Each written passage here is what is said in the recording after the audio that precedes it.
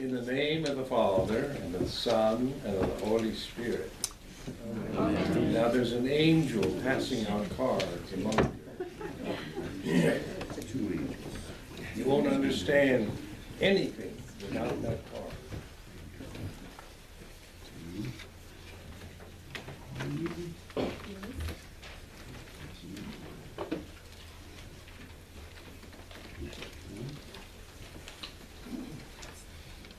Thank you.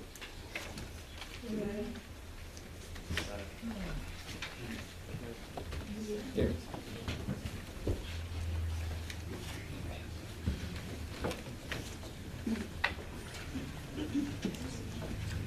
And we're going to explore what the Lord is teaching us this morning.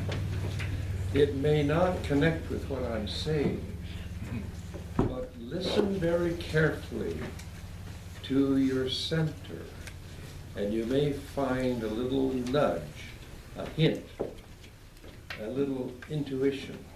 That's what you want to remember. Now the card says the Creator gives us the earth, a garden, a vineyard.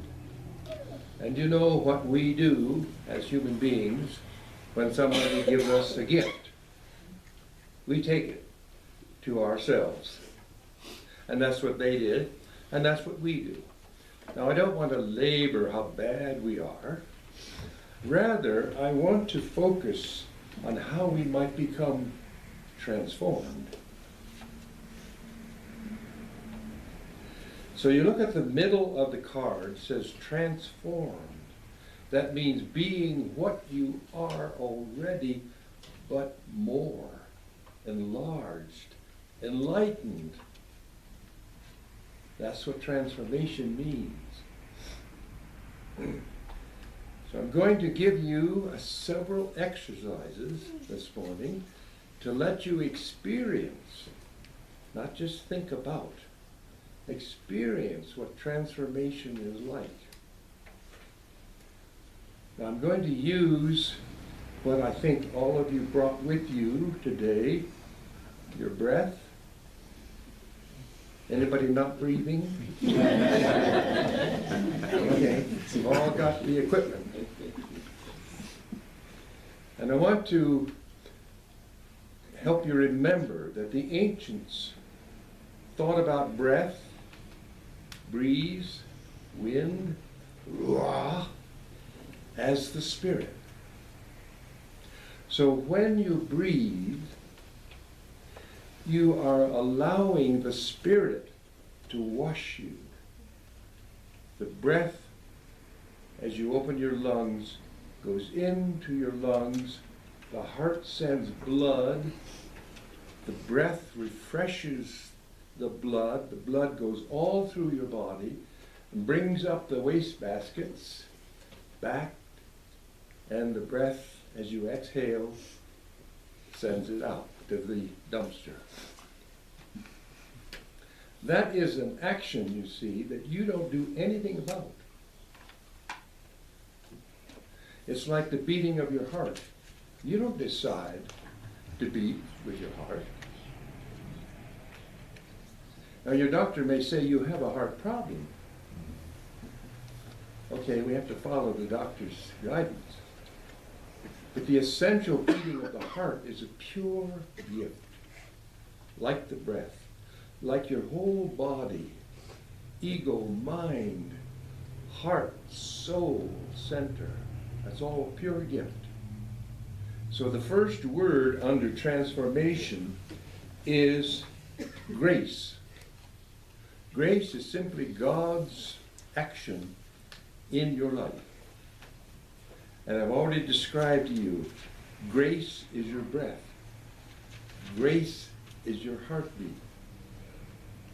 So what I'm going to do is ask you to breathe in unison with my hand. You don't need to raise your hands, but I'm going to ask you to inhale, exhale.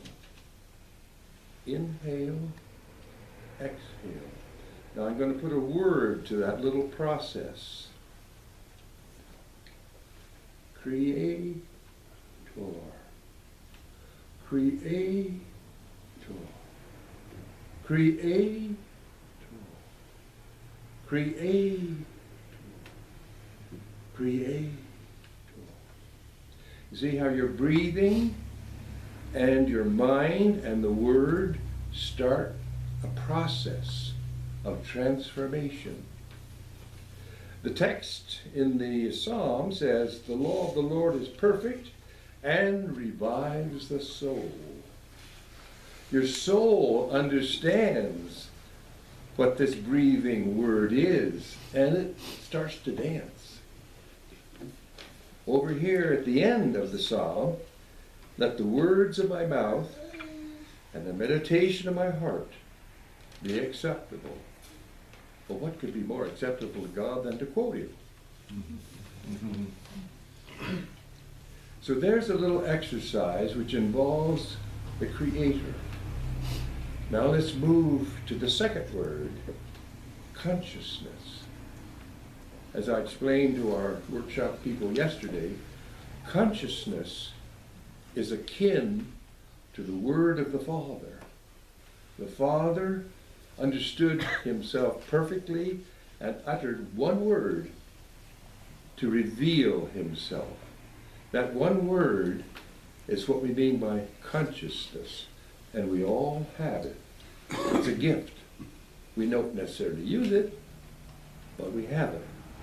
So what I'm going to do is revive your ability to be conscious, which means touching Jesus as you breathe and feel that soul center start to come alive.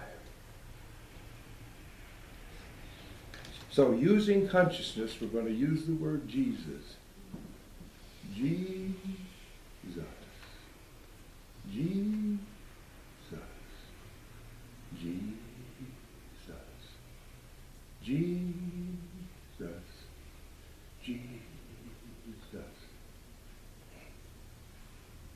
Can you get any little hint of something happening in your soul?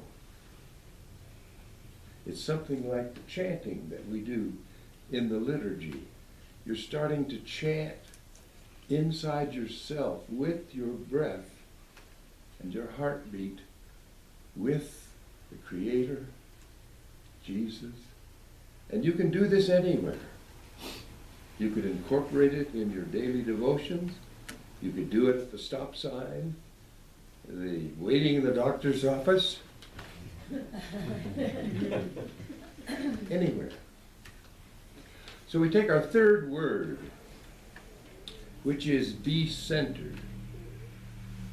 Now we don't really know where the soul resides. In fact, it occupies or influences the whole of us, body, ego, mind, heart. It influences all of us. But we kind of touch here and think of that as our center. So as we do our third word, which will be the third person of the Trinity, you can touch your center. Spirit, Spirit, Spirit, Spirit, Spirit.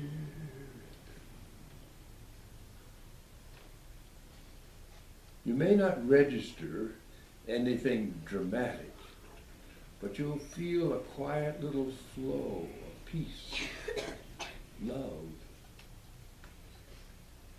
grace, consciousness. And you need to do that often, but not on school. There's not a rule, not on schedule, but do it often to wash yourselves with God. That is a transformational process. Eventually, we won't change the world directly. We won't change Iraq or Palestine or Africa or Russia, but you will change your way of looking at everything. And with that changed mind, you will make decisions. You might vote shortly. You might talk to somebody. You might put aside your little favorite prejudice because your mind is beginning to harmonize with this new transformational flow of grace inside you. And that is the way that small groups of people are going to eventually change the world. At least you've changed your mind. It's not a terrible place. They are not bad people. I am not a victim. You will learn from the process. You are God's beloved. So the last word is play. Now what I love about you folks at St. Columba is you invite me up to play. I'm not very serious, you know. I'm playing with ultimate toys. And as I play, I convince you it's not me, it's not you, it's playing with God that makes the difference. I don't have to work hard, because if I do, I'll get in the way. And I'll forget about grace.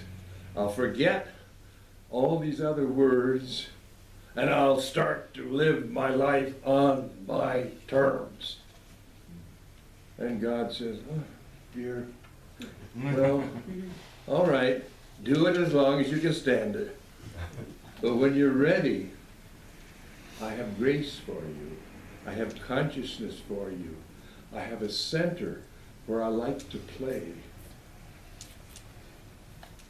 So I encourage you to take the card home, put it in some familiar place, remind yourself of what God said to you, not what I said, and start to really enjoy playing with God.